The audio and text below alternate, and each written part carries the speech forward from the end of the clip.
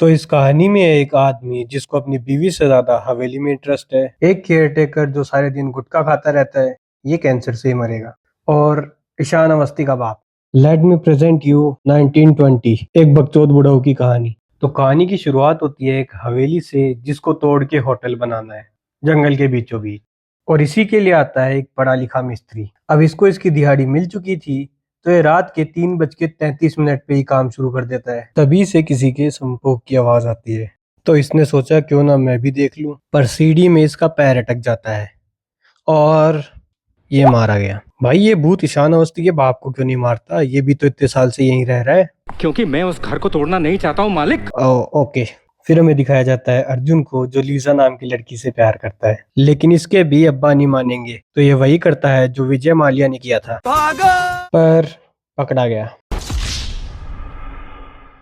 इसका बाप इससे शादी नहीं करने देगा क्योंकि ये सिर्फ 16 साल की है, पर यह भी काम मानने वाला था, लेके भाग गया इसको और कर ली शादी। लेकिन किस दूर से ये करेगा क्योंकि ये 16 साल की है। तभी हमें पता चलता है ये भी पढ़ा लिखा मिस्त्री है और अब इसकी बारी है होटल बनाने की। तो अब ये भी चल देता है इंग्लैंड, और ये भी रात में काम शुरू कर देता है। दिन में काम नहीं होता क्या इनसे? अब ये दोनों सो ही रहे होते हैं कि इसे भी संभोग की आवाज आती है, तो ये भी देखने चल देती है। अब ये भी ऊपर जा रही है, इसका मतलब ये भी उसकी तरह ही मरने वाली है, लेकिन बच गई। लगता है ये भूत भी खाली सिंगल लोंडो को ही मारता है। अब इसका पति तो काम धंधे वाला है, तो ये तो चला जाता है, तो ये ईशान अवस्थी के बाप के साथ ही बकचोदी करना शुरू कर देती है। मैं बता रहा हूँ, एक नंबर की बकचोद औरत, मेरा मतलब लड़की है ये। पर इसकी बकवास सुन के इसका भी दिमाग खराब हो गया और ये भी चला गया, और इसके आते ही वही फालतू बातें चालू कर देती है।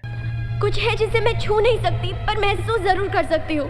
कभी मैं उसके पीछे जाना चाहती हूँ और कभी उससे दूर भागना चाहती हूँ। इसका हाथ उठते उठते रह गया बस। अब ईशान अवस्थी का बाप इन्हें बचाना तो चाहता था, लेकिन बाहर आने में ये भी बिक गया। यहाँ ना बारिश है ना धूप, फिर भी ये छाता लेके घूम रही है। तभी भूत की भी इसको मारने की हिम्मत नहीं हुई। तभी इसको मिल गया अपने ही जितना एक वेला बुढ़ाऊ। अब तुम्हें बीच जंगल में एक रैंडम आदमी मिल जाएगा तो तुम क्या करोगे? ऑब्वियसली अपने बारे में सब कुछ उसे बता दोगे, और इसे भी कोई काम धंधा नहीं है, तो ये भी सारी बात मजे से सुन रहा है। अब इसे इस गाने में भी वही आवाज आती है जो कि पेंटिंग में है, पर ये बात ये अपने पति को नहीं बताएगी, उसी जंगल वाले बुड्ढे को बताएगी, क्योंकि इन दोनों को ही कोई काम धंधा नहीं है। अब इसने भी सोचा इस मंद बुद्धि लड़की से कुछ पैसे ही कमा लिए जाएं, तो बना गया चूतिया भूत भगाने के नाम पे। अब रात को इस पे मच्छरदानी गिर जाती है, तो इसकी फटके हाथ में आ जाती है और ये भूत भगाने चला था। अब ये चुपचाप मच्छरदानी वापस लगा के सो सकता था, लेकिन नहीं, चल दिया रात को किसी और को परेशान करने। लेकिन दूसरे वाले ने बताया पेमेंट और लिया जा सकता है, तो ये पहुंच गया अगले दिन। अब ये अगले दिन फिर काम पे जाता है, और काम करते करते ये कहाँ पहुंच गया? अभी थोड़ी देर पहले तो बड़ी प्यार की बातें कर रहा था। अब भूत इसकी बीवी को चौक में डैडी करने पहुंच जाता है, पर ये सिर्फ 16 साल की है, तो ये इसको अंदर खींच लेता है। तो अब रात को उठने की बारी इसके पति की है, और ये देखता है कि इसने तो बिल्ली मार रखी है, क्योंकि ये केवड़ा ठाकुर की बहुत बड़ी फैन थी। बिल्ली मारना किसे कहते हैं जानती है? ये जानती है। और ये फिर यहाँ आ गया और आके बोलता है मुझे तेरी बीवी दे दे, मतलब ठीक करने के लिए। पर क्योंकि अर्जुन पढ़ा लिखा मिस्त्री था, तो उसने डॉक्टर की बात मानी और इसे भगा दिया। पर भूत ने डॉक्टर की पोल खोल दी, तो डॉक्टर ने इसे भगा दिया। और अब एक गाना गा के बैक टू बुढ़ाऊ। अब इसकी भी कोई इज्जत नहीं है, तो ये भी मान गया। अब ये तीनों भूत भगाना शुरू करते हैं। तभी लीजा का शरीर हवा में उठता है और बोलता है जीने के हैं 4 दिन। अब ये सुन के इन सब की फटके हाथ में आ जाती है। ये देख के ईशान अवस्थी का बाप भी इसे सारा सच बता देता है कि कैसे वो बाहर आने में बिक गया था, और केयर टेकर सबको चूतिया बनाता है। इसे छोड़ के ये पहले से ही है। और गुटके वाले केयरटेकर का पिछवाड़ा तोड़ने पे उसे पता चलता है एक बुढ़िया का जो वहाँ रहा करती थी, तो ये पहुंच जाता है उससे मिलने। तो ये इसे बताती है कि आज से 70 साल पहले इस हवेली के मालिक थे राय साहब, जो 1857 की क्रांति में लड़ने के लिए सभी मर्दों को अपने साथ ले जाते हैं। मतलब सभी को ले जाते हैं। घर में तीनों अकेली है बीच जंगल में, और ये अपनी बेटी को भी इन दोनों के भरोसे छोड़ जाता है। और एक बार फिर जंगल में से आवाज आती है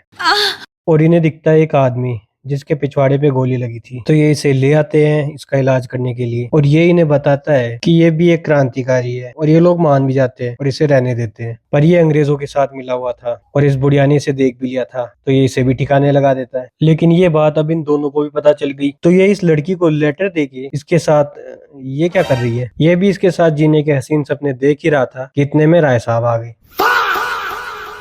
और इसका गोली लगा हुआ पिछवाड़ा फिर से तोड़ दिया। और गायत्री की इसी बहादुरी को देख के गांव वालों ने इसे निकाल दिया। तो अब ये तीनों इसका भूत निकालने के लिए इसको बेड से बांध देते हैं। और एक बार देखो जरा कैसे बांध रखा है। भाई वो भूत है, तुम्हारा कुत्ता नहीं है। पर इस आदमी से और क्या ही उम्मीद कर सकते हैं।